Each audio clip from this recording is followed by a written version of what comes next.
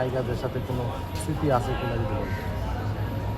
তোমার আজকে শিল্পীরা সে 80-90 দশকের শিল্পী। আমি একটা সাদা কাগজ ছবি করেছিলাম ওয়াসিম রুজিনা অভিনীত, ছবির নাম রসের বাইরে। এই ছবিটা মুক্তি পাইতে এখন থেকে 42 বছর আগে। আবার 42 বছর আগে আমি বিয়েও করেছি বারবার। আর ছবিটা চলেছিল দুটি সিনেমা অনেকগুলো সাল, 2 মাস চলছিল এই রসের বাইরে।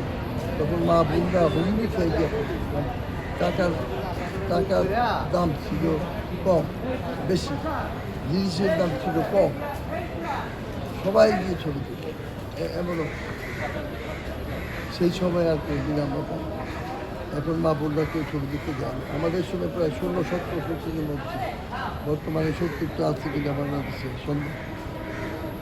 এখন যে নির্বাচন নিয়ে আসলে আপনারা কেমন